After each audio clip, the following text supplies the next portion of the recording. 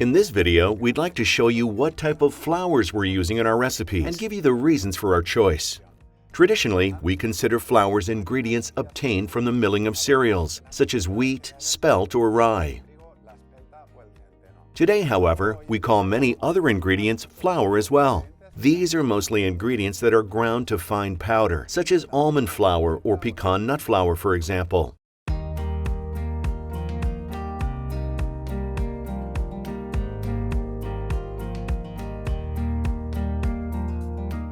The next technique we'll discuss is the aeration technique.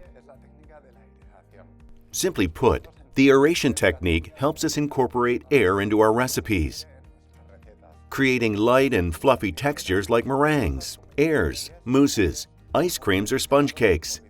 We could say that the aeration technique is very similar to the emulsification technique, only that in this case, we aren't trying to bring water and fat together, but water and air.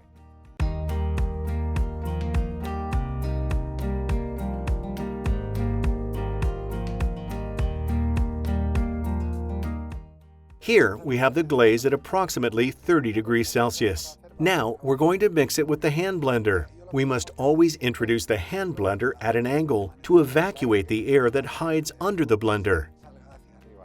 Once the blender's inside, we'll start it up. This way, we make sure that no air is introduced into the glaze.